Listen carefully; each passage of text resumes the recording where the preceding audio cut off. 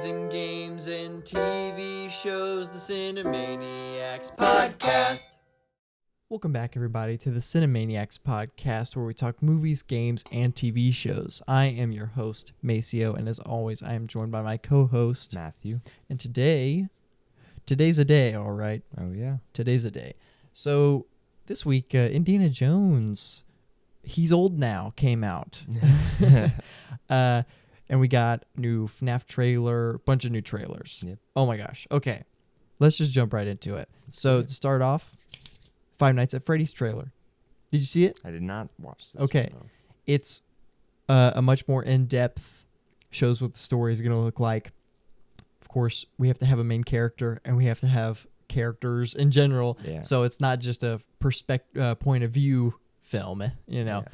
And Josh Hutcherson, Yeah, Hutchinson, I think, yeah. Yeah, he plays the main character, and the movie looks like it's him taking the job at the pizza place. Yeah. And then his little sister, like, he takes her to work with him, and it seems like it's gonna be balancing like this sibling dynamic with it too.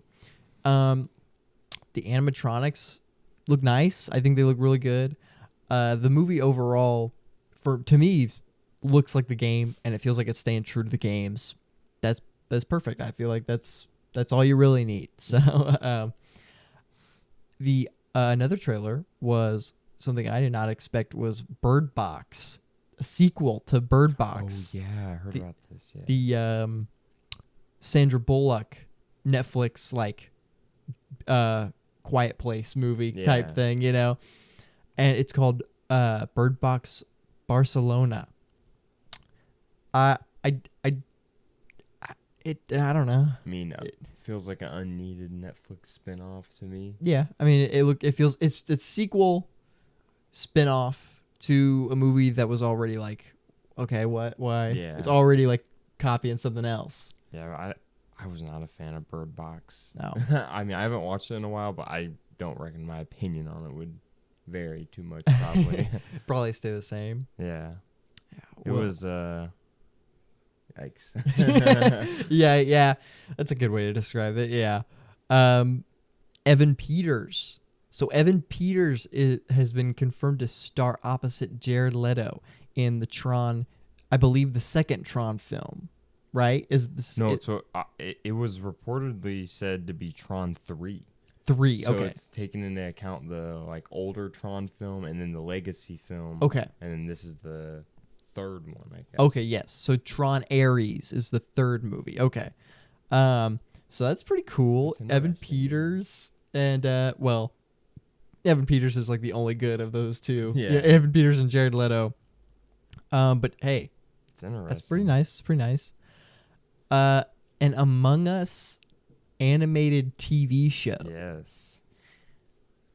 Could be interesting.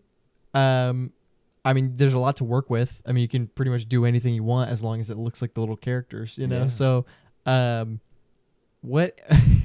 Get the Minecraft movie with Jason Momoa. We got this.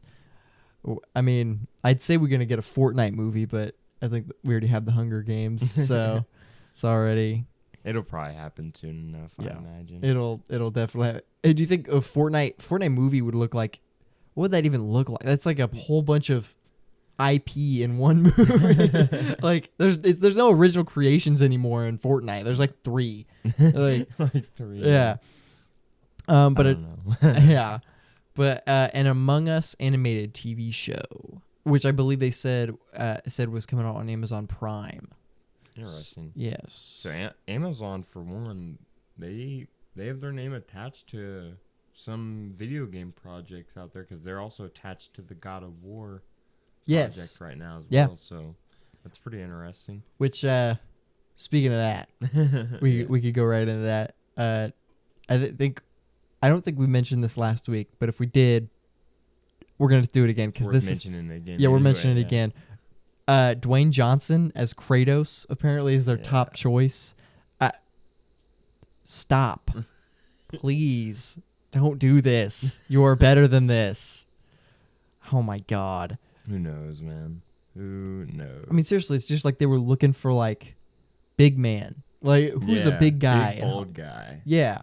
Come on. Christopher Judge is right there. Yeah. He's right there. Just get him. Anyways. Some actual really good news is Dune 2. Dune 2 trailer. Dune Part 2 came out with its second. Well, technically, it's a first official full trailer. Yeah. And it looks nice. Yeah. It looks very good. Because this trailer was definitely, like, showing more of the movie, actually, and stuff. Not just, like, the visual stuff or just, like, some teaser stuff. Like, we actually got Christopher Walken. Yes. First viewing of him as the space emperor guy. Yeah. He sounds like Christopher Walken. Yeah. Your father was a weak man. Yeah. Yeah, him as the emperor is going to be interesting. I think he's going to do great. There was definitely a lot more action. They leaned into the aspect that it's going to be like a war happening and like fights and stuff like that, a whole bunch of fighting, and they definitely got people pumped up. And it was also a pretty good time to drop this like really good trailer right before, you know, some of the biggest movies of the entire year are coming out, you know, so people are going to be seeing that trailer before those big movies and stuff like that. So yeah, that before Barbie and Oppenheimer for sure. Marketing's doing their thing, it looks like. Yeah. It's they're doing a good job marketing wise. Oh, yeah, for sure. That cast, man. Dude, Florence Pugh. Looking more scrumptious by the day. Yeah. Florence Pugh, Austin Butler. And we got a little bit more of Austin Butler, but not that much more. Yeah, they're still holding back on Florence Pugh and Austin Butler, it seems like. Yeah, which is we got more Florence. We got a little bit more Florence. Something I wanted to touch on about it was I think Timothy Chalamet is doing a much more compelling. It seems like he's going to be giving a much more compelling performance to me. He's not as bad in the first Dune as I originally believed he might have been. Mm-hmm. I think he's good in it, but he's not as compelling to me. But just from this trailer alone, it seems like he put his soul into this one, which I'm excited for because I know Timothy can act, you know, and so I'm excited to see this. Yeah, it's looking good, man. Yes, it looks high intensity, very, and I mean, not even just him. It seems like all like even like Rebecca Ferguson, Dave Bautista, Josh Brolin. Which by the way, Josh Brolin, we now know that him and Timothy, they meet up again. You know, I guess at least decently early in the movie, so at some point. So that's pretty cool to know. Yeah, you know, it seems like he doesn't. It almost seems like he doesn't approve of. Well, the craziest thing that I thought by far is Brolin actually urges Paul to use the fact that people revere him as this religious figure and stuff like that. Yeah. He was telling him to use that, like, against the people if need be and stuff like that, you know, like, use it for your own gain, stuff like that. And he's, I don't know. I've heard some crazy things about because there's another movie after this one, Dune Messiah. And there's another one after this one? Yeah. What? It hasn't been like officially greenlit, but Dennis wants to adapt the. I thought it was just 2 parts. No, I didn't know there was more after that. No, there's the next one I think has like a time jump though, so it's like a little bit further into the future. Okay. The future of the future. Right. Yeah. In the future. Yeah. Future of the future. Right. Yeah. But, okay. Cool. Yeah. So we're probably getting a third Dune movie. I don't see Warner Brothers not picking it up. I mean, if there is more to tell within, like, I didn't realize there was more after the second part. Yeah. I thought there were only 2 parts of the story. And there's also spin-offs coming too. I think Rebecca Ferguson and like the sister like Witch Hood kind of thing, or they're getting like their own show, I think, on Max. Oh shit! Or something like that. That might come out. I think that will come out before the next movie actually, because that stuff has been in the works already and stuff. So that should be relatively soon. Yeah. Wow. Okay. And and I like that Brolin is playing the little devil on his shoulder. Yeah. Yeah. Nice. Okay. And I think the biggest piece of news that I had this week was David Cornsweet and Rachel Brosnahan have been officially cast as Superman and Lois Lane. I can't wait. I actually can't wait. It's kind of crazy. I saw James post it and I was like, it's official. Yeah, we it's got official. something. Let's go. It's so... Yeah, I can't wait. I actually saw a clip of David Cornsweet. I don't know what the show or movie it was from. He's playing some kind of like soldier guy or something, but it was kind of Clark Kent-esque. Okay. You know? Okay. It was kind of nice guy kind of esque. So it seems like I don't know. It feels like he'll probably be a pretty good Superman. Yeah. Honestly. I mean, he has that like puppy dog kind of face. Oh, yeah. Where it's like, well, I'm the, heartthrob Superman, nice guy and all that too. Yeah. He looks, we know he looks like Superman. Yeah. And he looks just like Cavill. He looks like a young version of Henry Cavill. That's what the most notable thing is, I think, that everyone's been saying is that he looks a lot like Henry Cavill. He does, yeah. Oh, yeah, man. And, yeah, you're right. The puppy dog eyes. Yeah. Oh, I didn't even think about that. He's basically like a chiseled, like, soft boy. Yeah. It's the best way I can describe that. Yeah, that's kind of, it sounded like that's what he was kind of going for, Yeah. What did Guns, I forget what Gunn described, like, what he was looking for in Superman. He was like, it was like, he believes, like, in being nice in a world that isn't nice anymore or something like that, Yeah, he wanted somebody that is captured that. You want to give heart. a hug. Yeah. Yes. Yeah. Captured that like that core heart of Superman and stuff like that, Which not just the power. Right. Yeah. Which I saw him say that. I saw him say like he wants his Superman to be someone that you feel like you could give a hug to, or like you want to give a hug. Yeah. And I saw people that were like, that is not Superman's character. Character is Superman is not you don't want to hug Superman. I'm like, Superman has to have an evil arc. Yeah. He's got to have a villain arc.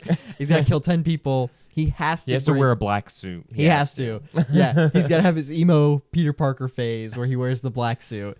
Right. No. He can Superman just be Superman. Yeah, Superman's whole point is he's hope. I honestly think I'm not a big Superman fan at all. Like I don't even consider myself to be that big of a Batman fan, but I'm way more of a Batman fan than a Superman fan. Right.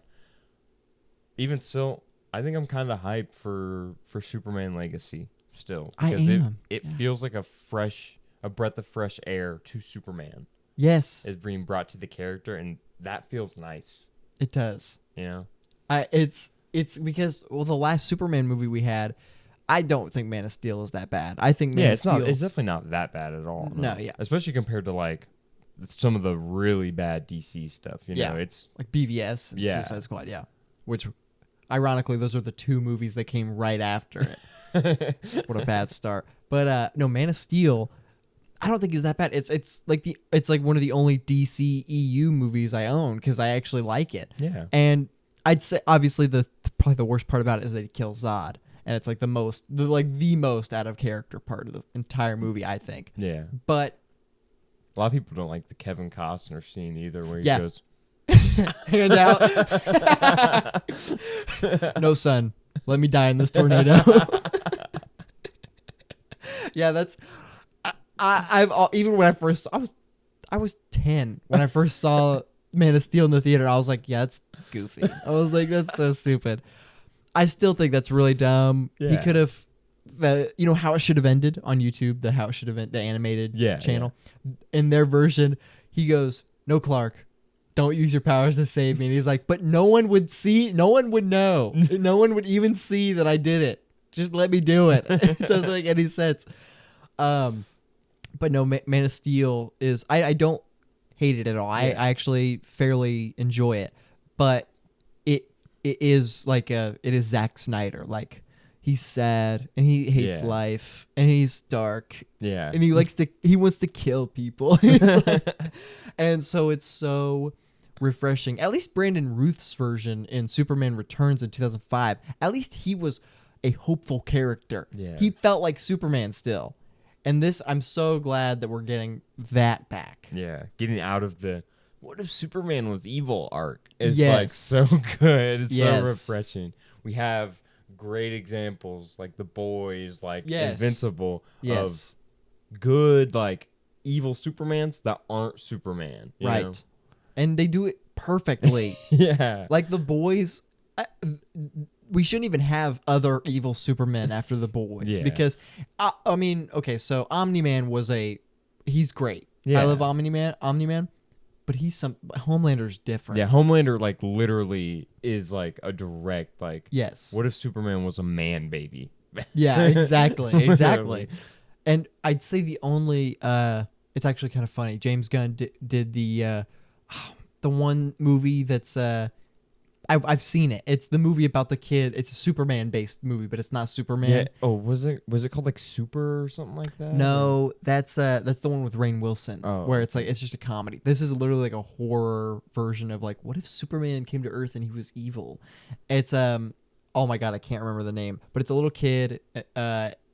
Elizabeth Banks is in it. Roy from The Office is in it, and he's just an evil version of Clark Kent if you were a little kid. And it's literally like he finds out. It's the story of Superman, except the only difference is instead of going, I have to use these powers for good, he goes, I'm going to stalk my crush with this, and then I'm going to kill some people. Yeah. And it is James Gunn, which is hilarious. So we've seen what James Gunn can do with Superman already, like badly. Yeah. But now we will see the good side of that, Yeah. which is really good. Oh yeah. Yes. But that was all the base news that I had this week. Do you have anything? I got a little bit more to add. All right. So a little gaming news. Okay. Microsoft CEO, who obviously would be like the CEO of like Xbox and stuff like that Yeah. as well, said that they are not a fan of console exclusives and that they would like to push the industry in a getting rid of console exclusives direction. Yeah, of course you want to get rid of the competition. But I just thought that was interesting that maybe, possibly, I mean, probably not, but possibly gaming moving into like obviously like Nintendo games will probably never be, they'll probably always be on a Nintendo console, but like PlayStation and Xbox being able to break down like the exclusive barrier could be. I won't lie, it would be extremely nice if we lived in a world where every video game was on every video game console. Yeah. That's not how it works. Yeah. You don't make money that way. And I think it's hilarious, Microsoft, Xbox themselves saying, well, I don't like exclusives because it doesn't benefit me. Yeah, because your exclusives are ass. like PS4, the reason you don't want exclusives to exist is because your rival is killing you. That's why. I mean, to be fair, yeah, Microsoft hasn't had like a very strong exclusive IP since like the good Halo games. Yeah. Really. Like, and that's been a while. I can't even think of another one. I mean, maybe is Crash Bandicoot is a PS4. Yeah. Yeah. It's Well, Sony. okay. Well, so it's technically since Activision Blizzard is now owned by Microsoft, Crash Bandicoot is technically now an Xbox character. Okay. But all his games and stuff as of now were made on PlayStation. Right. And so he is a PlayStation, Yeah. Yeah, it's like one of those weird things where it's like, yeah, Crash Bandicoot is an Xbox character now. That's kind of weird. It is very strange. it's like if Nintendo bought Master Chief, it's like no. I want him in Smash, but no, he's not. But yeah, that is so funny to me. That's literally like if you were like in a fight with someone who had a knife and you were like, well, you've stabbed me a bunch of times, so I think we should fight with fists only. I don't think any of us should have any weapons. Oh, it doesn't matter. You're dead. You're dying. You should have brought a knife, That's a good point, I guess.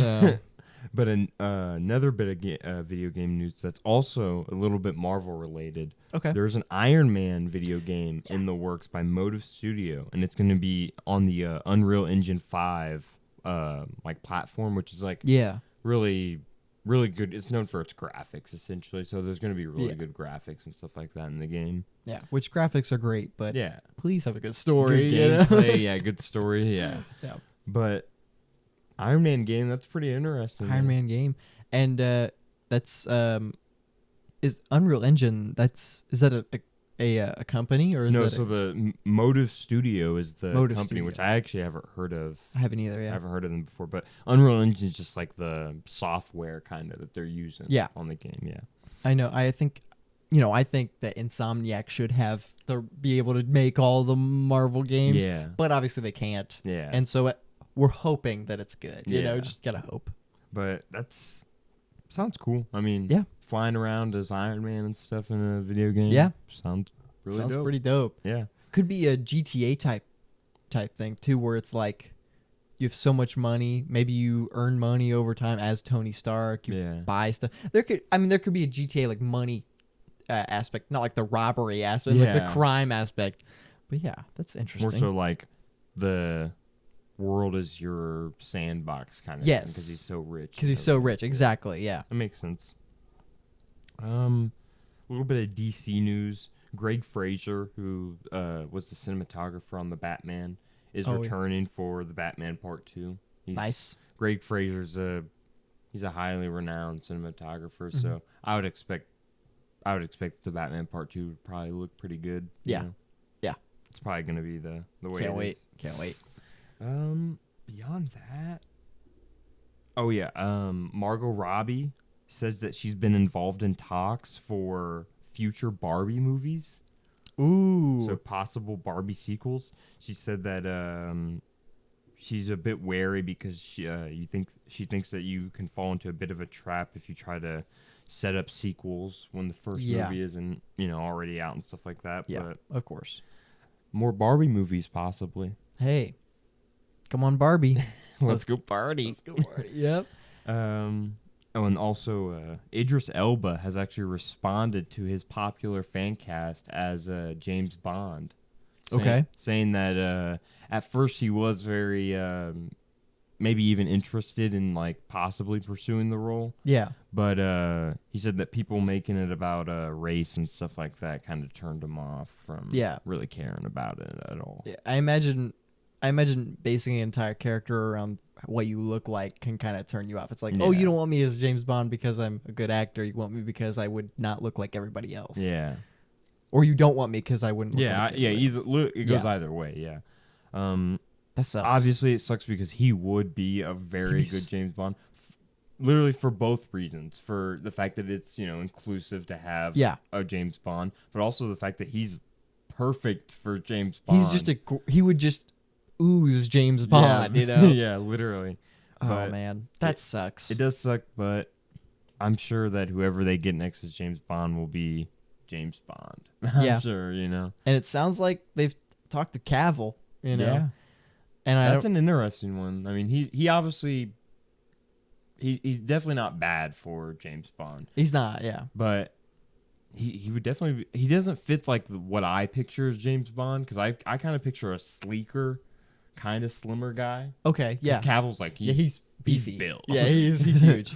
But obviously that's not like a Yeah. big thing either way. They can make a buff James Bond. That's not a problem. I think what sells me for him as James Bond is the movie Man from U.N.C.L.E. Yeah. He's American in that movie, but obviously he's British in real life, so he would just be British. He would be the normal James Bond. Yeah. But he in that movie is essentially just James Bond, but he's American. I mean, he sleeps with hot women. He's a crazy super spy. He's basically James Bond. Yeah. So. Yeah. Yeah. But beyond that was all I had for non-Marvel news. And stuff. Okay. And I had very little Marvel news. Okay. In fact, it can be done in like 2 seconds. So first part is Brave New World, Captain America Brave New World has wrapped filming. Yes. So that's good. And Deadpool 3 is almost done filming. Yes. Which is crazy. I feel like they just started.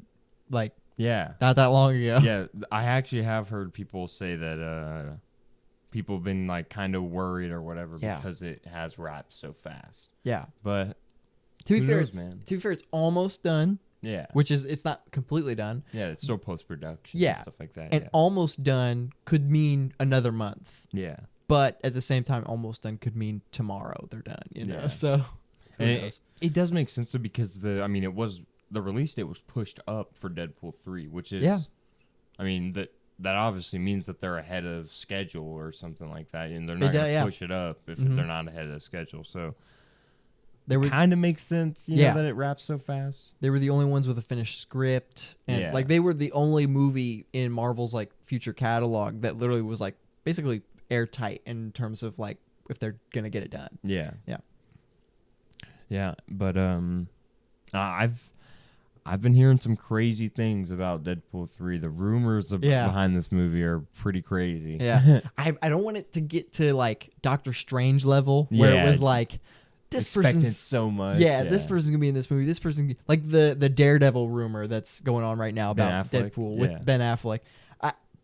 It's possible. It's definitely a Deadpool thing to get the bad version of a character from a long time ago back in a multiverse movie. Like that makes sense. Yeah. But at the same time, I'm not expecting Daredevil or Ben Affleck Daredevil to be an X-Men Deadpool movie, you know? And there's really no reason to be expecting that, you know? And obviously if you get it, that's cool, you know? But probably should be expecting more in-theme characters, you know, for your actual expectations of the movie. Right. Like, I'm not even joking. I expect every single old X-Men actor to be in this movie. Like, everyone that they can get. Yeah. I mean, maybe even some newer ones. Maybe some new ones. Maybe popular fan casts. Yeah, like John Krasinski as Mr. Fantastic, like they did in that. Yeah. Yeah, like Channing Tatum Gambit. Oh, that's one that I am like pretty much balling on right now. I'm like, so Ryan Reynolds and Channing Tatum, oh, they're really good friends in real life. Channing Tatum's in like all of Ryan's movies as a cameo.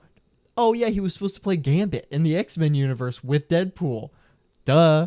It's gonna happen. It's like, come on. He probably won't be a main character. He might show up and be like, hey guys, I had a movie that was gonna come out and it didn't come out. but that's gonna happen. It's still gonna be pretty sick. It's gonna be so nice. It's gonna be it's gonna be a moment where it's like, yeah, I know about this, but a lot of the other people in here probably don't know what this means. They probably just think Channing Tatum in this movie is Gambit. Okay. Which, to be fair, that was how John Krasinski's like appearance was. Some people were literally like, bro, why the hell is the dude from The Office? Yeah, why is Jim Halpert here? Yeah, why is he Reed? Yeah. And then the other people were like, bro, that's the fan cast. John Krasinski. Yeah. So it's definitely gonna be like different reactions, I feel like, but nonetheless, those who've like been knowing about the fan cast and stuff, definitely gonna be appreciative of that for sure. Oh yeah. But in terms of Marvel news, I know I'm gonna be beating the dead horse here with the Reed Richards and Sue Storm. Oh yeah, I already know what you're gonna say. Yeah, but apparently, Margot Robbie and Adam Driver have moved on from the Reed Richards and Sue Storm roles.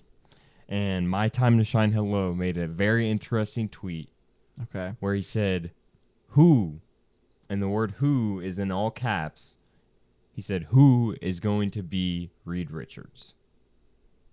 Right? Yeah. And this automatically has made people go to Matt Smith as possibly being the new Reed Richards because he played Doctor Who. Or David Tennant. David Tennant. Yeah. He's not awful. Honestly, I like Matt Smith as that option more than David Tennant. Yeah. David Tennant, he also played the Purple Man in Jessica Jones, the villain of the Jessica Jones show. He's great in that. He's unironically, he's one of the best Marvel villains in the show, and nobody has ever seen him do that. But Matt Smith as Reed Richards is fascinating. Yeah, because he's not a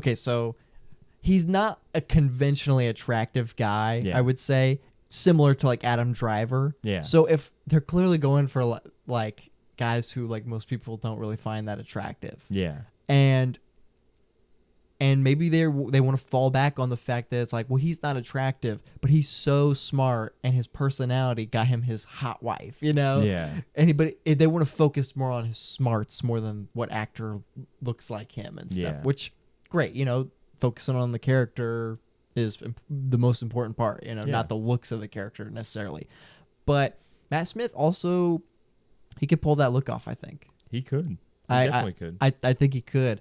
And I don't mind a Matt Smith redemption in the Marvel movie games and stuff like that, you know? Going from Milo to Reed Richards, bro. Oh, yeah. Holy shit. Yeah. That's an upgrade, bro. That's a huge upgrade. Oh, man. But I'd be shocked if he said yes just because of that. And it's crazy. Have you heard, like... So, he was, like... When he got casted as Milo in Morbius, he was, like, super happy to be like in the Marvel stuff because Karen Gillian, who he worked with on Doctor Who, said that she had like an amazing experience working with Marvel. Obviously, she's mainly worked with James Gunn and the Guardians of the Galaxy movies, and she, you know, encouraged Matt Smith to go for it. Apparently, oh man, and he didn't know that he was working for Sony Marvel and not, you know, Marvel. That's like, hey, we're Marvel. Come over here, you know? Oh, man. Yeah. You lied to me. You think he got a text after Morbius came out and she was like, not that Marvel. Hey, you went the wrong way. Yeah, too far. Yeah. You took a left turn. Yeah, exactly. You took a right or something. He deserves his redemption because he's so good. Yeah. He's a great actor. But he was wasted. He was wasted in Morbius. I won't lie. I like the unconventionalness of the possible casting itself. Yeah. I definitely need to see it to really be in it. But I'm definitely not a hater on this I'm one. not hating that. And apparently leading off of that with the Margot Robbie turning down Sue Storm. Yes. Apparently Vanessa Kirby, right, who recently expressed interest in the role, is now a top wanted member for Sue Storm, you know, for a contender for Sue Storm. Matt Smith and Vanessa Kirby kind of fit in my mind. I saw a picture of them together. I don't know what movie it was that they've done together or something before or whatever. I just saw a picture of them together. It looked kind of like Reed and Sue. I'm not gonna lie. I was like, they're. I don't know why, but for some reason, them two together in my head kind of fits. It just they look like they'd be together. Yeah, you know, it's weird. I don't get it, but it's. I would also love for Jodie Comer to come somehow into the conversation because she was my first like really like that's my fan cast that I like for Sue Storm, I think, and I still think she'd be really good. Vanessa Kirby would be, you know, she'd be great too, I imagine.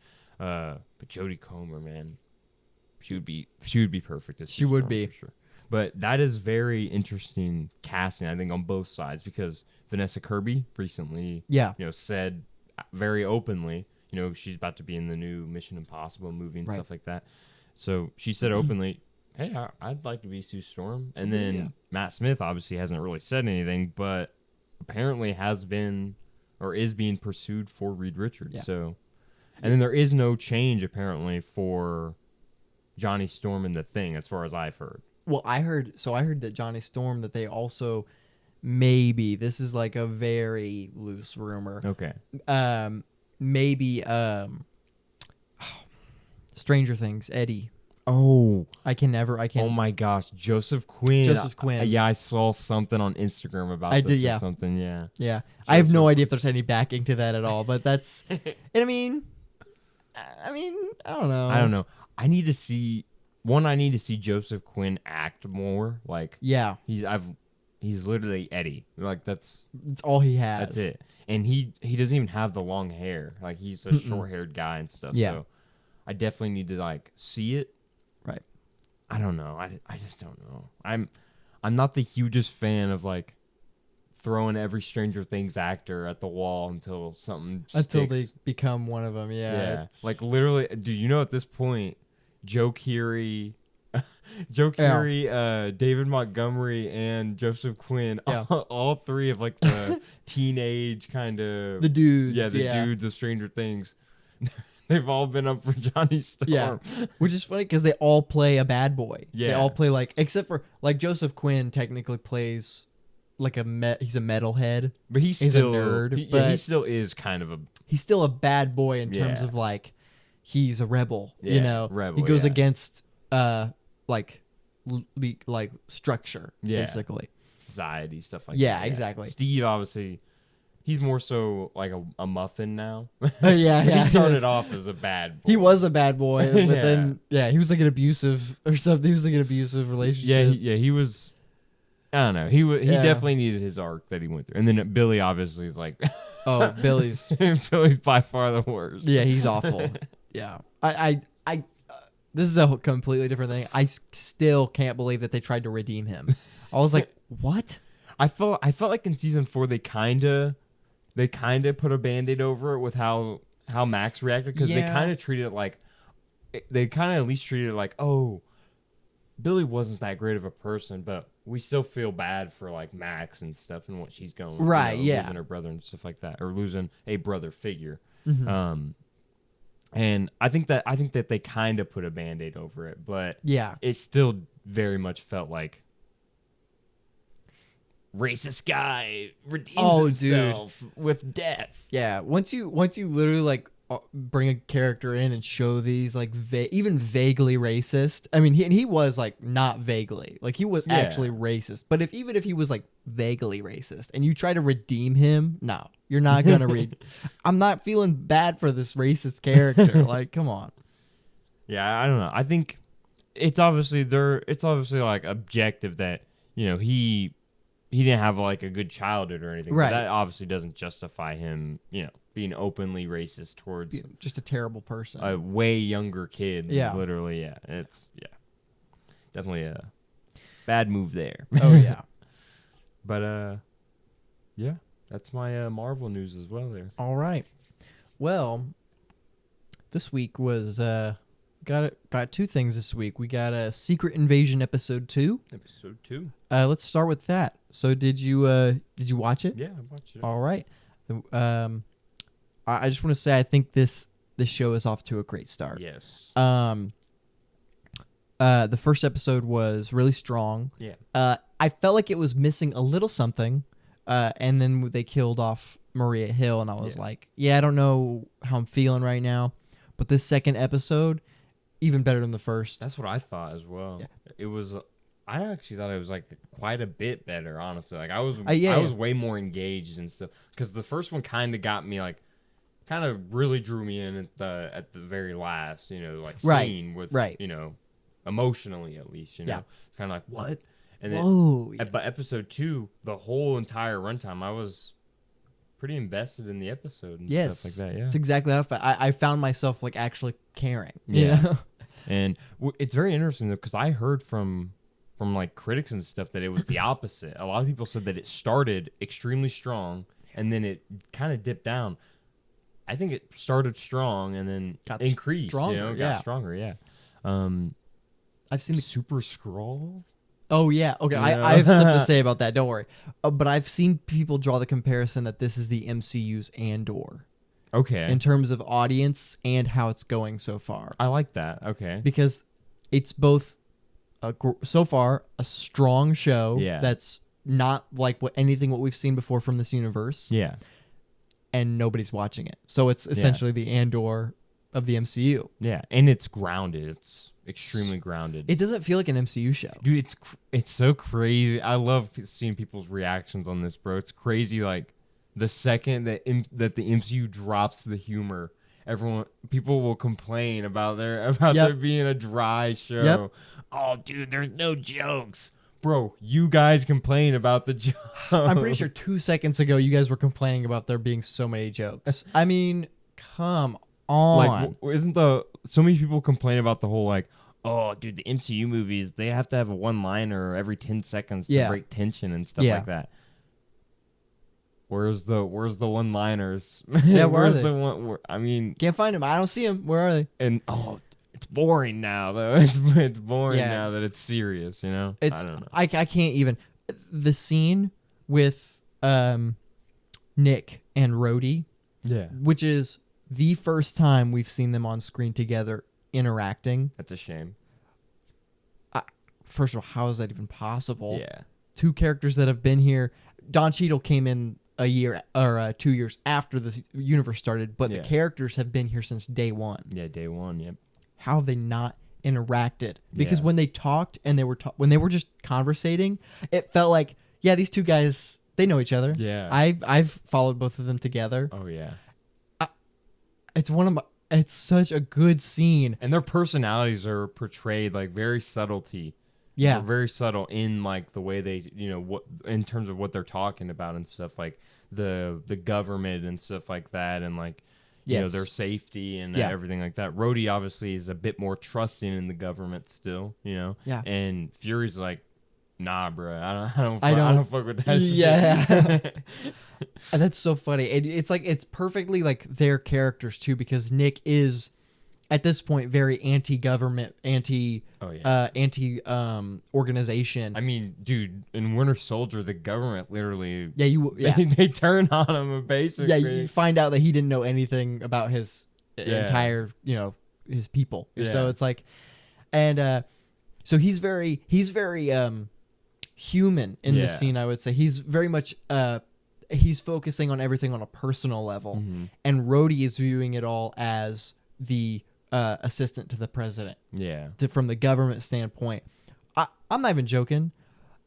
Probably one of my favorite scenes in the entire MCU. It was a good scene. It was a really good scene. It was really good. The line that Rhodey, or that Don Cheadle as Rhodey delivers to Nick, where he says something about it's about sitting across from a man that you admire, sitting across from a man that you greatly admire, that you share a personal and a business relationship with and an ancestral relationship with for many years, and having the gall or whatever to tell him he's fired. I love that scene because it doesn't feel like, ooh, Rhodey's being a little bit of a dick. He's being a dick, and he's saying he's just going up to Nick and saying, you're fired, and I wanted to tell you you're fired. He's acknowledging their history. He's literally telling the audience, we two people have been through everything together. Yeah. With we have an incredibly tight personal and professional history. Yeah. And I'm still going to be doing this next part that I'm about to do. Yep. And Don Cheadle in this scene, man, I can't wait for Armor Wars. I cannot wait for the Armor, and I'm so glad it's a movie. Oh my God, I'm so glad it's a movie, because I can't wait to sit in the theater and watch Don Cheadle talk politics with people and just absolutely own them. Yeah. I can't wait. Oh man, yeah. It's been nice, man, seeing Don Cheadle, obviously Samuel L. Jackson's a renowned actor and stuff. Yes. He's been in plenty of big movies, every big movie, honestly. All of them. He's in every movie, yeah. He's just in every movie. But he still just manages to surprise me, even with his great performance as Nick Fury, because Nick Fury isn't always like, he doesn't have a whole lot of characterization, He's not someone that you would usually like, oh yeah, I want to follow a Nick Fury story. Yeah. But when you do, you access a storyline that's very grounded, can be very personal and stuff like that, and also deal with like some higher politic issues and governmental issues and stuff like that at the same time, while also staying in line, with Samuel L. Jackson just being a badass, stuff like that. I'm loving Secret Invasion so far. I think it's really good, and the relationship between Nick Fury and Talos so far has been even bettered since Captain Marvel, and they're the best parts about that movie, I think. Yeah, and their relationship is just getting stronger and stronger. Yeah, and I think the most backstory with Nick Fury that we have in the MCU before this new episode was the story that he tells about his grandfather in Winter Soldier to Steve. He talks about how his grandfather would carry a gun in his lunch bag on the way to work and on the way home because people would come up on him, Yeah. And it is a personal look into Nick Fury's life, but we don't ever get anything like that again until Captain Marvel, where he just says like his mom calls him Nick, and that's the only person. Or no, he says his mom calls him Fury. Everybody calls him Fury or whatever. Yeah. But this episode we got the where he talks about his mom and about him and the game that they play. Tell me something I don't know. Yeah. And using that against Talos while they're in the train car and stuff. I don't know. I really just love that scene where he talks about his mom, because it's like we're so used to seeing this guy be in charge of gods, literally a literal god. We're used to seeing him call upon these people to save the universe, and to see him on a train talking to his friend about his mom, about just something that him and his mom used to do, is like it's humanizing this character who is the most human of any Marvel character, because he's got no powers. Yeah. He's literally the most human. Yeah. So, and it's just, I don't know. I love that scene, and the scene with Rhodey in the diner is so nice. Yeah. It's so good. Very nice. Yeah. And then obviously the antagonist has been making his moves, and Gravik. everything. Yeah, Gravik. And supposedly, well, not really supposedly, he's gonna be Super Skrull. Right? Yeah, it's in the trailer. We see him use the stretch. Yeah. And in the episode, we see the list of the, like, where the powers and stuff are coming from. Yeah. And I've put it together that they are they're replacing the Fantastic Four with these, because it's with like people already established in the that MCU. Resemble those characters. Yeah. Like Groot Obsidian is gonna be the thing or whatever. Groot is Mr. Fantastic. Yeah. And then they got Extremis on there which is, obviously it's Human Torch. Yeah, Human Torch. And then the only one that doesn't necessarily fit exactly is the Frost Beast from Thor: The Dark World, which I love that they finally brought that back. The fact that there's the one at the end of Thor: The Dark World, there's the beast that like was left on Earth, and he just nothing ever happened. So they have him. The Frost Beast is going to be like ice powers, like for Sue Storm. Yeah. And I guess the only comparison to invisibility and ice is that like ice is clear. So it's like but the thing is they all resemble the Fantastic Four. Yeah, they resemble them. Yeah. Yeah. And so a genius way to avoid using the Fantastic Four. Yeah. But at the same time, I kind of wish they would. It would have been cool, but I mean, we're kind of under the assumption, at least right now, that the Fantastic Four like somehow away from the universe, right? Like they're either like no one knows quantum realm or something, because they would have been. Because at least the theory is that the movie's going to be in the past, right? Yes. And that, the rumors, they've already been established or something like that. Right. So it is interesting that they are switching. I do like that they're using like plot points and stuff, like you said, the beast from Thor: The Dark World. I'm guessing Call Obsidian's from his hand. Yeah, for the hand that got cut off in Infinity War. So that's cool. Like little use. Obviously the guys from Iron Man 3. That's cool, bringing them back, and they were even in Shang-Chi a little bit. Yes, too. they were. Yeah, so that maybe that means, was kind of like, hey, these guys could be coming back. I mean, I guess that makes sense in hindsight now. Yeah, and Groot, I noticed. I was like, what did they get of Groot? How did they get Groot? I noticed that the image that they used was when he in Infinity War, when he like pounds the ground and like all the tree branches come out and he like wraps Thanos up. I noticed that's what it is. So it's like like when he like pulled away from it. Yeah, that's what they're using is those tree branches. Wow. Yeah, so I was like, that's such a. Who thought to go back and look at that and be like, we're gonna use that. That's crazy. Right, it is good, and yeah, but Gravik as a character so far is nice. They went to some exposition right this episode and stuff like that. Pretty good. He's pretty solid. Yeah, pretty good motives and stuff like that. Yeah. It's so the motives are good, but I think I need to go more in depth with them to really fully understand. Yeah. But as a base level, it's Fury promised us something, he never delivered, so I'm gonna do it for us in a much more dramatic and like escalated way. Yeah. But Gravik's a fun. he's a fun villain so far. Yeah. He's a very I feel like I actually feel like he is gonna do something. Yeah. I don't feel like, okay, well, they're gonna kill this guy at the end of the season, you know. Yeah. But yeah, he's good so far. And they obviously Maria Hill is dead. Yeah. Her mom, first time we see a relative of hers in the MCU, which is nice.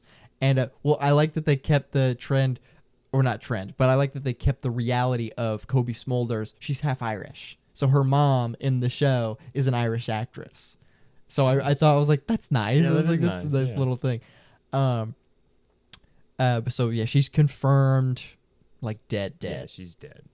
And then the only thing left that I can think of is the end of the episode, which is Fury goes back to his house. Oh, yes. Or a house that is presumed to be his. Yeah.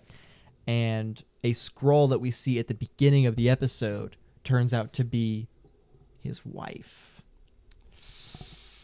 Ow. That's insane. That is insane. Man. That's insane. I've seen people, they're like, does he know? Does he know that she's a Skrull? And I'm like, yes, he knows. I'm like, yeah, he knows. I don't get why is there even any confusion? I mean, the episode starts and she is a Skrull. Yeah.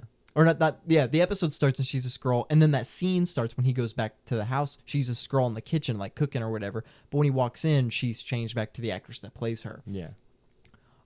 For right now, I'm just gonna take that as anybody could have been walking in.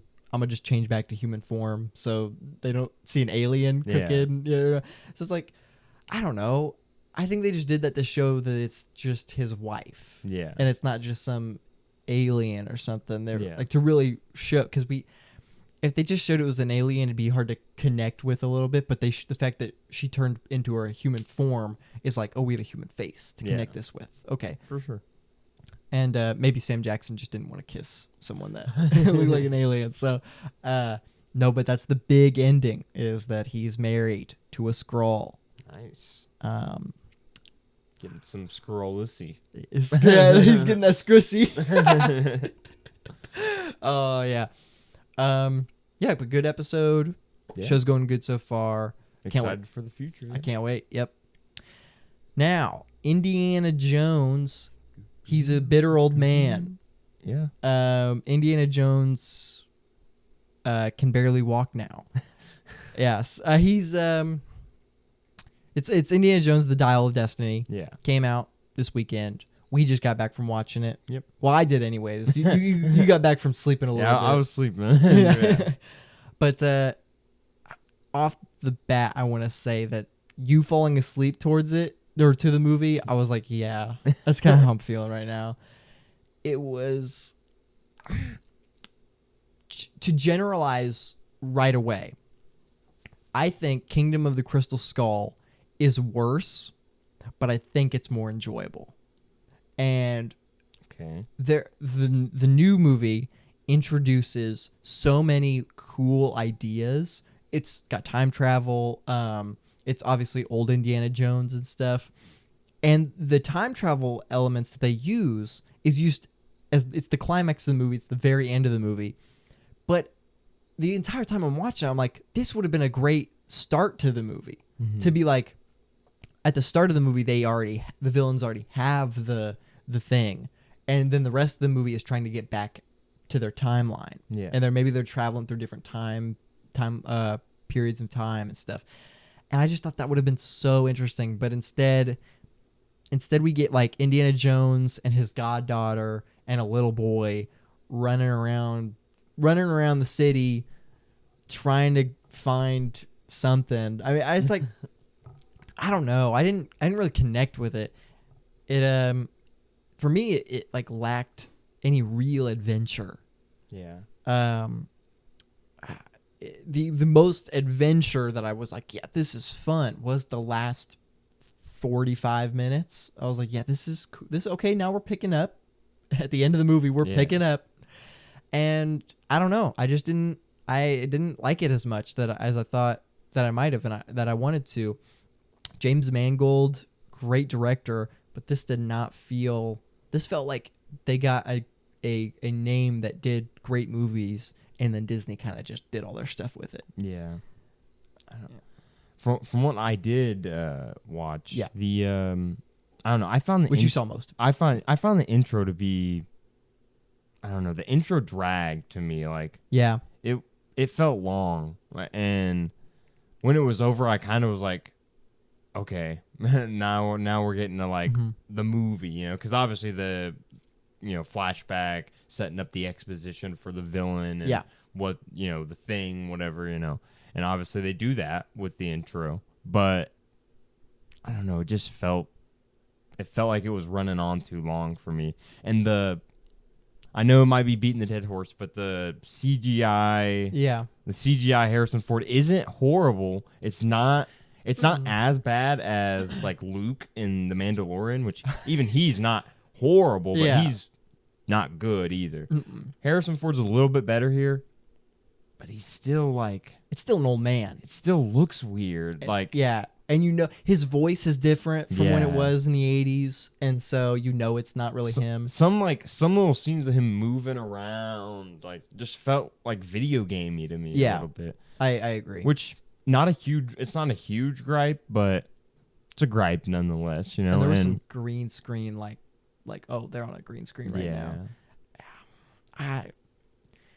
The intro it's funny that you say that the intro really dragged. I agree, it dragged, but for me, it was like the most entertaining part. I was like, yeah, more Indiana Jones. Yeah. And then when it was over, I was like, okay, hopefully the rest of the movie is as good. Yeah. And it just wasn't. Yeah. Yeah, they focused on Phoebe Waller-Bridge, her character. She felt like the main character. Indiana Jones felt like took a backseat to his own movie, and it did exactly what people were worried that it was going to do, which is not woke, not like, oh, female character stronger than the male character. Yeah, it did. We're going to introduce a new character who is for the newer generation, and we're going to set up a spinoff. But in doing so, this movie is going to be hers. Yeah. So it felt like they were where they were trying to make this her movie, and I just didn't. And she wasn't even that like good. I mean, she was good. Like her acting was good. Yeah. And she was a fine character, but she wasn't an engaging character. She's not a character that I walked away even liking that much. Yeah. I walked away wishing, man, I wish Harrison Ford got more to do in that movie. Yeah. I think he whips out his whip once. I think that the scene in the trailer. No way. The scene like when he whips out on the group and stuff like that. Yeah. I'm not even joking. That's the only scene in the entire movie I think he got his whip out. Yeah. And I genuinely don't think that the movie is, as a movie, bad. Yeah. And it's definitely better than Kingdom of the Crystal Skull. But where my issues lie is Kingdom of the Crystal Skull is a terrible movie, but it feels like an Indiana Jones movie. Feels like an adventure. Yeah, it's some of the most iconic Indiana Jones stuff is in that movie. Yeah, which is the red ants, the fire ants. Yeah, is it Kate Blanchett and her like bob cut or whatever? Pulp Fiction haircut. Yeah, that's like one of the most like famous like Indiana Jones like villains or whatever and stuff like that, antagonists, whatever. I mean, it's a villain. It is a villain. Nazis, they're awful. She's like the only Russian one, I think. Oh yeah, she is. Because it's the Soviets. Because it takes place in 50 something. She was crazy in that movie. Oh yeah, but I don't know. When I was watching it, it really felt like, as you said, like it didn't have the old charm, you know. Yeah, yes, exactly, the charm. Even the Kingdom of the Crystal Skull has the charm of an Indiana Jones film. Yeah, but this one just didn't. Yeah, and I thought James Mangold's the director. Great. I think what I was hoping for was a Logan type Indiana Jones movie, which was old man who has done this thing all his life. He's been an icon, a recognizable figure. Yeah. And he doesn't do that anymore. And he's in his slumps. He's at the lowest point of his life. You know, his wife divorced him. Yeah. Spoilers, his son is dead. It's like, and they didn't do anything with that. Yeah. The most interesting parts of the movie are when he is reminiscing on Shia LaBeouf's character from the first movie, and when he's talking about Marion, the I don't know the actress's name, but his wife, Yeah. from the girlfriend from the first movie, who then came back in Kingdom of the Crystal Skull, who he married, and then in this movie they're divorced. Yeah. And it was so interesting the moment he brought up the fact that I can't remember the character's name.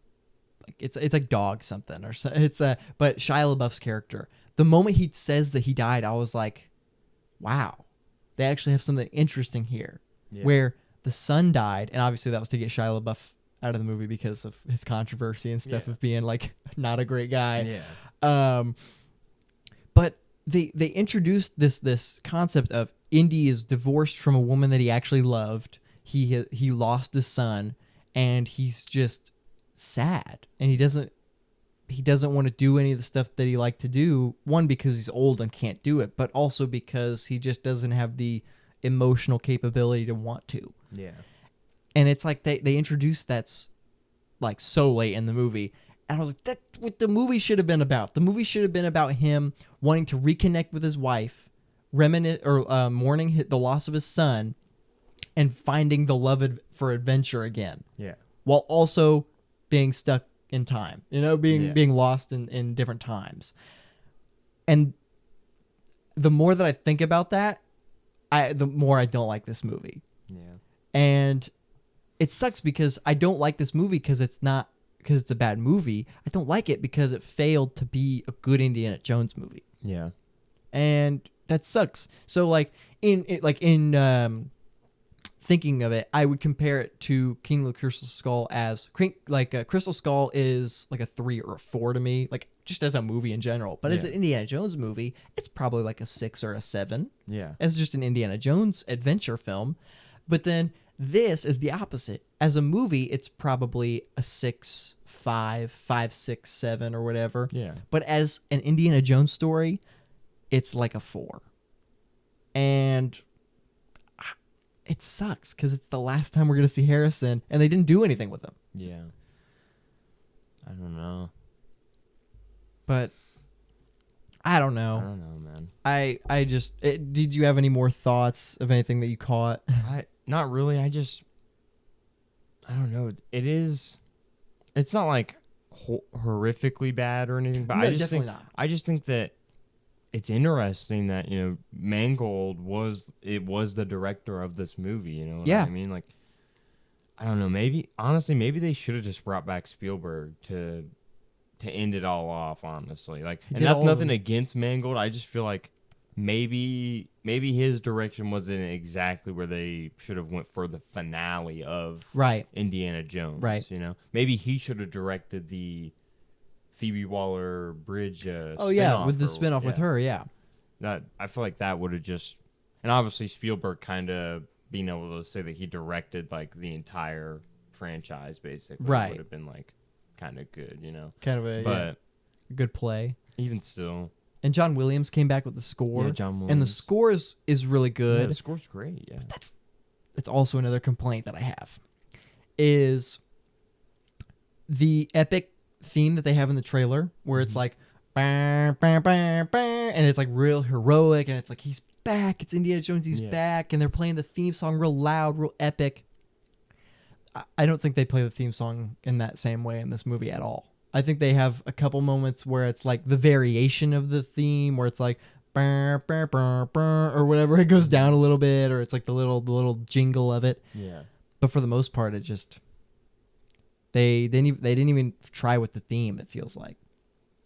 And that's kind of crazy to get John Williams and like not really lean into the theme that much. Oh yeah, it is wild that they did that.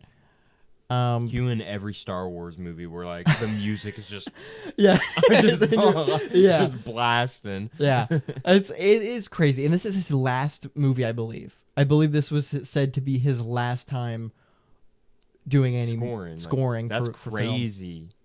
And he's a legend. Like, he's like literally a legend. Like, he's made some of the most iconic sounds in movie history. He's so famous. I mean, most moviegoers don't know like the score artist. They don't know who composed the music for the movie. Yeah. But most people, if you say who's John Williams, they say he made the Star Wars theme, or he made Indiana Jones theme, or Superman. It's like he is a name in Holly in like all of fandom. Absolutely, yeah. In my mind, at least, he's the most popular like scorer. Yeah, no or doubt, whatever. no Like, doubt. It's literally him and then Hans Zimmer, who Hans Zimmer's like more new and stuff like that. Yeah. So not exactly comparable. Both great in their own right, but not exactly comparable because John Williams has been doing it for. Well, he's not. He's 90, so at least 80 of them. Yeah, he's been doing it for at least the 70s, since at least the 70s. Yeah. So, yeah. But, anyways, the movie overall, I'm very disappointed. And I don't think that I realized I was as disappointed as I am until right now. After reminiscing on it, that's literally the most I can say is that I'm very disappointed in how it turned out because I wanted this movie to be so good because I don't have nostalgia for Indiana Jones. The most nostalgia I have for Indiana Jones is the Lego game. Yeah. Same.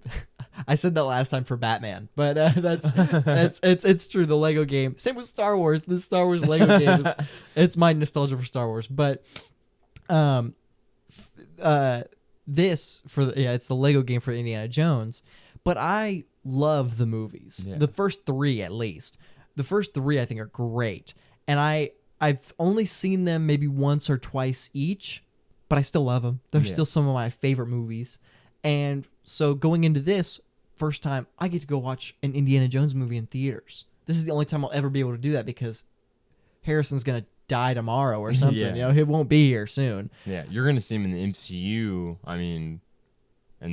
I honestly don't know how much acting he'll be doing after that. I don't know. I mean, obviously we don't want him to die. No, obviously. definitely not. But the man is 80. He's 80. I mean, by the way, he looked good in the. He does look good in the shirtless scene, bro. Yeah, I was like, dang, man, he's looking pretty in shape for 80 years old. Yeah, they felt confident enough to give him a shirtless scene. Yeah, so I mean, you could see his muscles and stuff. So hey, yeah, he's doing better than a lot. I'm fairly certain he still works out. Oh yeah, he must. You know. But the movie overall, it let me down, and it's really upsetting because it had so much going for it with James Mangold as the director, with the whole time travel aspect being this big finale. Yeah, Mads Mikkelsen as the villain. Phoebe Waller-Bridge is a great actress. Yeah, and they got returning characters. The guy that plays is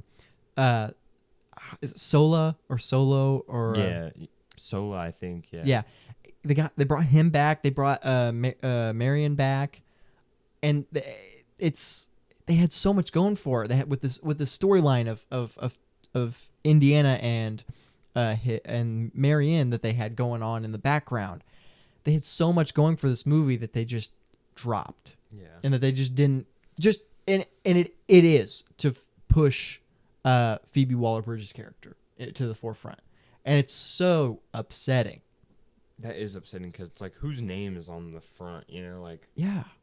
It's not a Helena Shaw. That's her name. Yeah.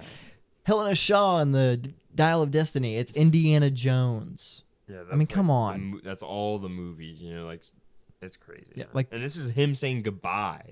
This is the last time we will see him. This is like him going, saying goodbye to one of the only characters he actually genuinely has positive feelings left towards. Because nobody talks about it that much. Yeah, it's like.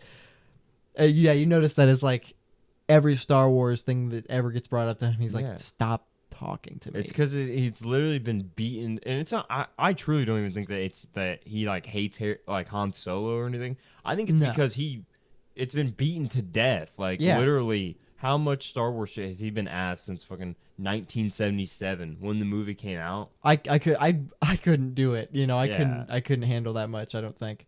I don't know.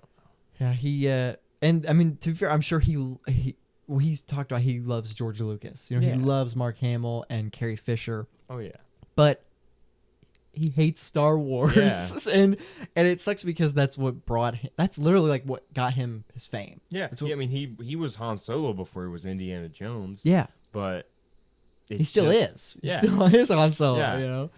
It's just. it's kind of, I mean, it's Harrison Ford. It's kind of, he's kind of the guy that everyone goes, grumpy old man. Right. It kind of makes sense. Yeah. But at the same time, like, it really does make sense when you look at like the two fandoms and stuff like that. Indiana Jones fans, like, they're not coming up them on the street going, whipping like their whip at him or something. Do the whip thing, man. Yeah. No one's doing that. But Star Wars fans absolutely would come up to him and go, "Oh, dude, say the Han Solo line, please, or finger gun me or something." Yeah, Star Wars fans, man. Oh, they're just weird. They go up to him and they say, "Han Solo, say the line." He go, "Fuck you, get away from me." Yeah, it is funny because he's like, he clearly loves doing interviews and being in movies, but he hates Star Wars. Yeah, because it's nice. I watched a bunch of interviews with him for this new movie, and he smiles. He's like happy. And in this movie, it's so funny because he reminds me so much of Carl in Up. Oh yeah, I was like, he could be a live action version of that character. He could be. He honestly could. So funny, but no. But the new movie, it ultimately a letdown. Could have done so much more, but they didn't. And that's very upsetting. Now, if we want to move into our technically our final part. Actually, let's do the. Did you have any recommendations this week? No, I didn't actually watch it. I've just been watching The Bear. So okay, I mean, you can recommend that if you want. I can talk about it a little bit. Season 1 it's a pretty good. It's a cooking show, but it's not like like when I say a cooking show, your mind probably like thinks a certain thing, like that the Great it's British not. Bake Off or something like that. Yeah, it's not about cooking. It's more so about it's more of like a characterization, like this, like a guy like pursuing his dreams, kind of. Right. But it's very personal. People like anybody who has worked in food or anything like that. Mm-hmm.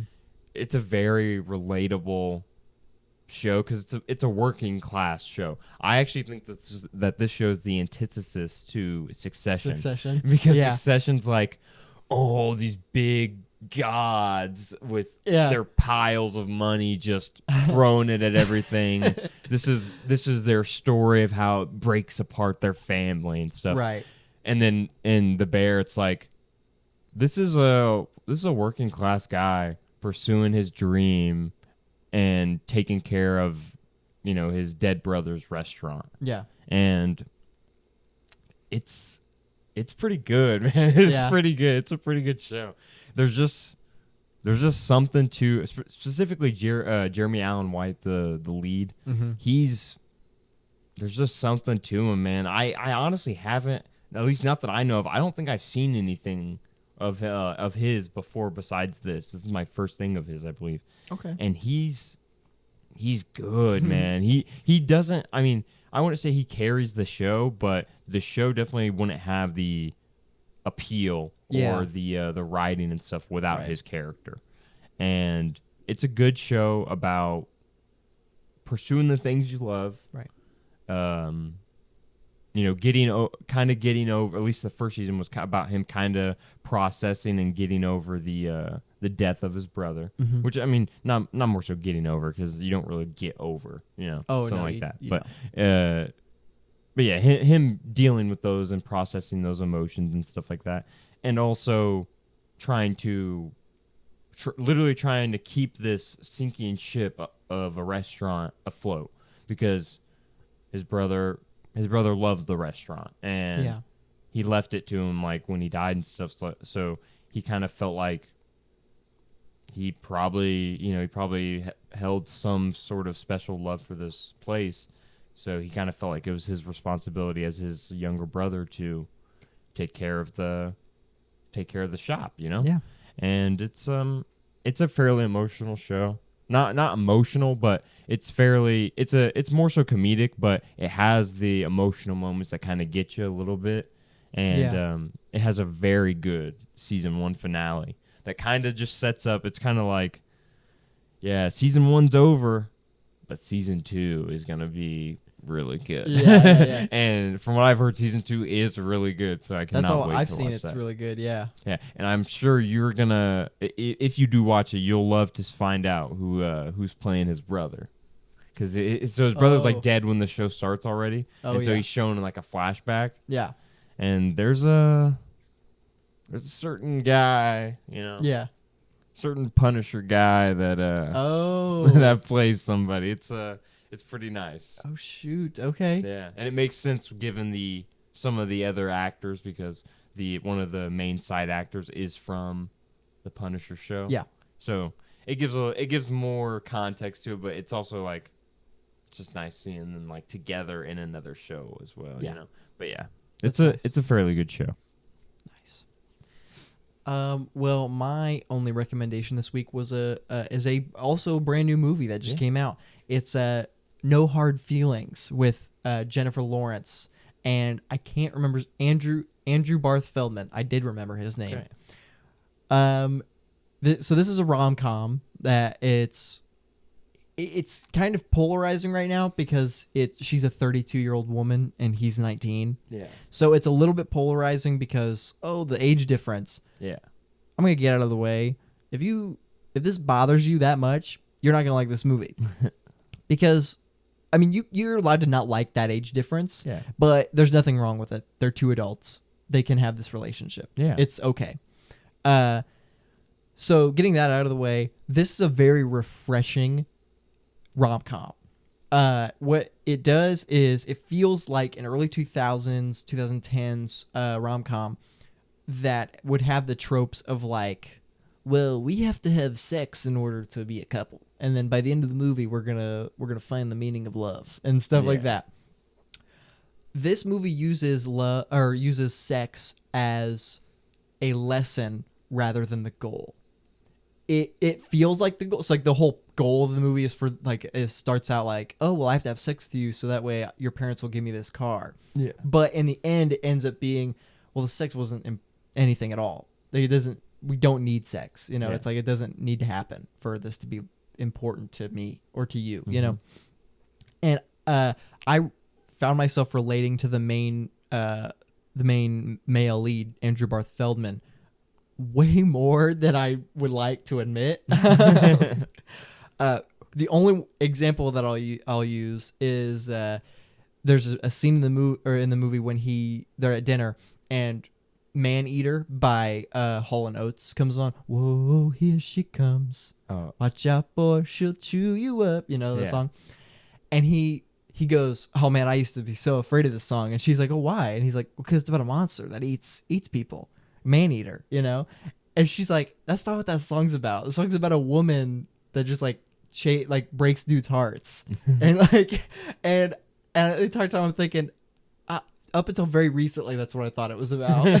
So it's really embarrassing to relate to this character. Yeah. But it's a very sensitive movie. It's not progressive in the ways that's annoying. That's like, oh well, I'm the strong female lead, and I'm the dominant one in the relationship, and you're my little Twinkie boy. It's like, it's not about that at all.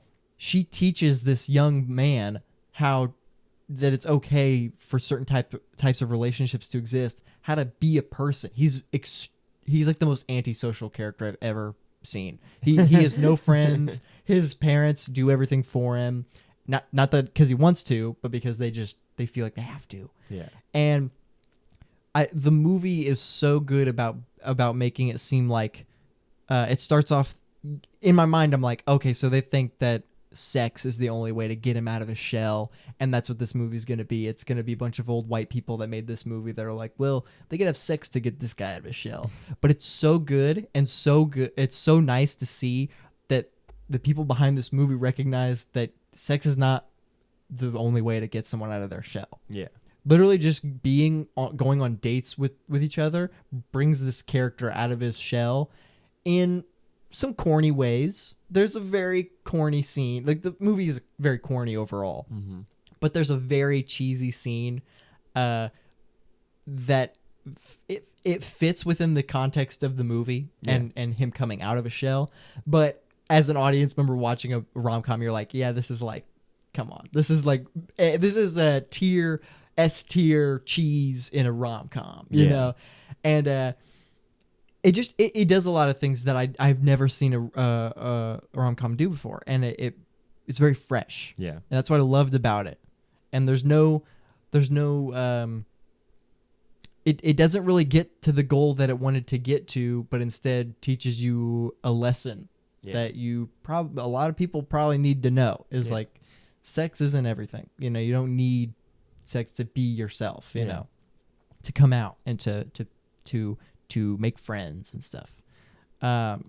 Anyways, I did just praise it a whole lot, but I ended up giving it a 7.5 out of 10. Yeah. But for being a rom-com that is like, I mean, like nobody will probably watch it. Yeah, it's very refreshing. Nice. So I'm. It honestly sounds like what people were hoping for, like a fresh new kind of feeling, or maybe not.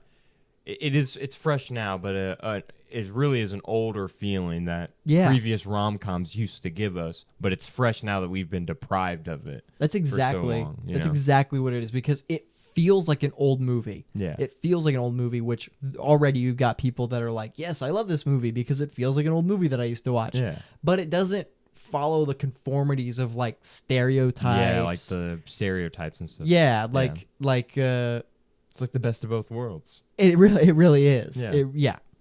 But anyways, I recommend watching this movie. Maybe not in theaters necessarily. You can wait till it comes out. Yeah. But it on streaming and stuff. But definitely, I'd give it a watch. Yeah. It's a lot of fun, and it's very heartwarming. Again, if you don't like the age difference, you probably won't like the movie. But it doesn't matter because it's legal. It doesn't matter. Anyways. Yeah. Well, now we can end this episode off with one more thing, and that is lightning round rankings. Lightning rankings. Game time. Game time. It's game time. So, if you have listened before, you know how this game works. And if you haven't, here's how the game works. We're just going to list a bunch of movies, 10 movies to be exact. And then we're going to rank them as they are shouted out. So, he could say Avengers Infinity War, and I can say 1. And that it has to stay there. Yep, it has to stay at that spot. So, let's go ahead and get right into this. You can go first if you would like. Okay. So, just a forewarning, I have a lot of good movies on my list. Just wanted to get that out the way. I did that too. I grabbed a bunch of like 5 4-stars. So, I'll start off with definitely the weakest one. Okay. Beau's Afraid. Okay. I'm gonna guess you probably have something that I don't like as much on there. I'm gonna say 3. 3? Yeah. Okay. Oh well, no, sorry, not 3, but 8. 8. Okay. Yeah. Sorry, I was thinking of it backwards. Okay. Yep. 8. Okay. Okay. So next is Birdman. Birdman. It's a good movie too. It's a really good movie, yeah. Birdman, I'm gonna go 3. 3 with Birdman, okay. Yeah, because it's a 10 to me, but it's a 9.5. So it's all basically a 10, but it's not one of my favorites, so it's not a 10 to me. You know? Okay, yeah. John Wick 4. So far, we have not exactly, but we like thought the same on this. John Wick 4. I'm gonna go 4. 4, okay. Yeah. For John Wick 4. Okay. How about Truman Show? Dang, you did. I should have put some of these lower. Truman Show. Okay, so in reality, I would probably put Truman Show at maybe 3 or 4. But I think you have better on there. So I'm going to say 5 and hope that there's better. Okay. Truman Show 5. Yeah. Okay. Reservoir Dogs. 6. 6. I like it, but it's not one of my favorites. Okay. So piggybacking off that 6, we'll go to 7, the movie 7. You know what? I'm actually okay with it going at 7. At 7, okay. Yeah. How about The Prestige? Oh, okay. Well, I don't think it's better than Birdman, but I don't think it's worse than Beau's Afraid. But unfortunately, I am gonna have to put it at 9. 9, yeah. Yeah. Dang, it's gonna be interesting what you put at 10. I should have. It's gonna be very interesting what you put at 10. I should have put Beau's Afraid at 10. The Lighthouse. Oh crap. Okay, I can either put this at 1, 2, and 9, I think, or 1, 2, and 10. 1, 2, and 10. Yeah, Okay, 1, 2, and 2. 10. I'm gonna say 2. Okay. Wolf of Wall Street. Oh man. Okay, it's probably on this so far of what you've named me. I am most comfortable putting this at 1. At 1. Yeah. Okay. So what's my least favorite Your least movie? favorite movie is the Grand Budapest Hotel. Oh. Dang. Besides that, it's honestly not that horrible of a list. It's not. If Beau's Afraid sunk down to the 10 spot, you probably would have a lot more room to work Oh with yes, your definitely. Okay, stuff. so I'll read out your list. okay, you can go ahead and read it. Yeah. Okay, so number 10, we got the Grand Budapest Hotel. At 9, we got the Prestige. Okay. At 8, we got Beau's Afraid. At 7, we got 7. Okay. At 6, we got Reservoir Dogs. At 5, we got The Truman Show. 4 is John Wick Chapter 4. 3 is Birdman. Yeah. 2 is The Lighthouse. And 1 is The Wolf of Wall Street. I mean, not awful, Definitely not awful, no. but it could. I Budapest definitely threw a wrench in there. Oh man, I'm so upset because I love that movie. Yeah, that movie's so good. It's literally like probably Wes Anderson's best movie. It's a really good movie, bro. Oh man. Okay. All right. Your turn. That was fun. That was very fun. Let's get it. All right. You know what? Let's start off 500 Days of Summer. 500 Days of Summer. I kind of want to go middle of the road, but I'll go 1 under. I'll go 6 to be safe. It's a very good movie. Okay. All right. But I'm going 6 with it. 6. All right. Mortal Kombat, the most recent version. Okay. Definitely probably one of the weaker ones you got on this list. I'll go 9. 9 Okay. with Mortal Kombat, yeah.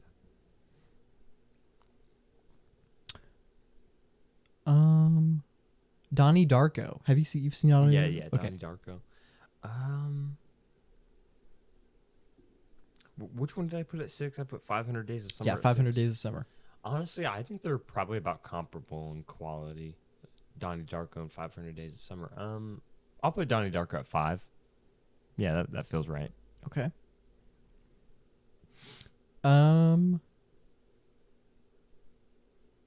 Don't Worry, Darling. Don't worry, Charlie. I like Mortal Kombat more, so I'll put it at 10. Yep, last spot. All right. Dunkirk. Dunkirk. Oh, that's hard. Because I could see it at 4, Yeah. but I could also see it at 7. Just depends. I'll give it 4. I'll give it 4. Okay. Yeah, it's stronger than Donnie. Yeah, it's definitely stronger than that. All right. Babylon. Babylon. It's got to be top 3 for sure. But where in the top 3? I'll give it 3. Be safe and give it 3. All right. Ghosted. The just for clarification, the one with Chris Evans. Yeah, and Ana de Armas. Ana de Armas. Yeah. Yep. 9 and 10 are both taken. Yep. So this one will go to 8, I guess. Yeah. Kind of by default. Yeah. Okay. Spider-Man: Homecoming. Homecoming. Wow. Okay.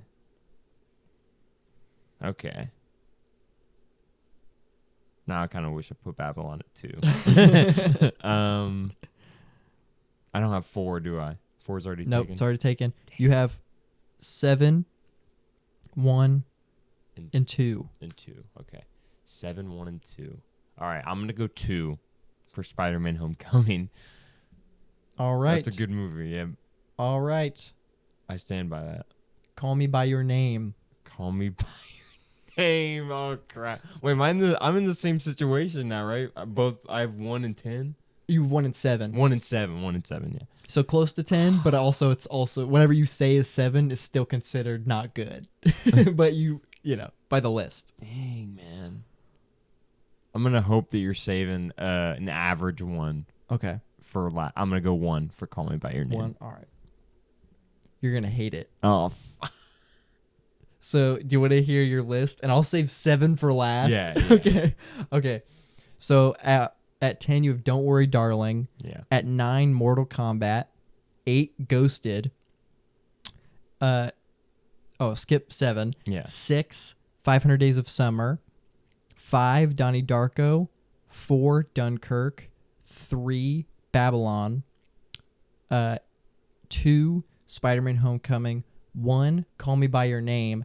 And at number 7, you have Empire Strikes Back. Oh no! Oh no! Dang. Oh, That's bad. bad. Too bad. Dang it, that's crazy. Both of our last ones threw a wrench in the whole thing. Yeah. I wanted to save it, but I wasn't sure if I should save it for last. But I was like, he's either gonna put Call Me by Your Name at 7 or 1, and he'll be okay if Empire's at 1. So I definitely would have, in hindsight, put Empire at 1 for sure. yeah, for sure. I honestly would have I also would have scooted back Ghosted. Ghosted would have been the number 10 movie. Yeah, for it's sure. terrible. It's worse than Don't Worry, Darling, and Don't Worry, Darling is bad. Because Don't Worry, Darling. I feel like, from what I know of it, it tries. Yeah, it does. It doesn't feel AI generated. It feels like it was written by a human. Yeah, Ghosted. But just like a dumb human. Yeah, just like an idiot. Ghosted was written literally by artificial intelligence. Ghosted is... Ghosted literally feels like it was Chris Evans is the main actor. We throw in some Marvel buddies, also obligatory Ryan Reynolds cameo, and the most generic love story you've ever seen. Bro, the fact that the movie literally, its entire premise is on the back of the fact that it's literally Chris Evans walking up to Ana de Armas just because he thought they had a special thing under the tone of their argument they had. They literally got into an argument, like an actual argument. Yeah, like a straight up, the dude. So he didn't want to sell her a plant, right? Right. Because he was like, oh no, you're gonna mistreat this living thing. Yeah. So I refuse to sell you this plant. And she's like, really? You're gonna refuse to sell me a plant? And then, long story short, she walks away with a cactus, and he goes, or at least the lady working next to him goes, you guys had a thing going there. You guys were flirting. And when she said that, I was like, they literally weren't. They weren't. It was just two attractive people talking. Yeah. And it wasn't even in a nice way. It was very negative. It was extremely negative. Yeah. And then he goes up to her car and just goes, yeah, I thought we had a thing underneath that. Yeah. And Ana de Armas just goes, sure. Yeah. Yeah, we did. Yep, we did. And then action movie. Yeah. And at the end of the movie, when it says produced by Chris Evans, my heart broke a little. I was like, he misses being Captain America. Bro, getting that Apple bag. Yeah, he got that. Well, I mean, he did that one show when Apple first announced the streaming service, something about Jacob or something, defending Jacob. Oh. Where he's a lawyer for his own son or something. Maybe he's working with Apple. He's got the ends. Bro, they got him in their clutch. They are not letting go of him. Hey, Apple got Scorsese. Yeah. So, I mean, who knows at this true. point? They did get Scorsese. Oh, man. Well, it seems like we have come to the end of yet another fantabulous episode of the Cinemaniacs podcast. So I want to say thank you, everybody, for listening and tuning in and watching and all the different forms of media that you can do with this show. Thank you.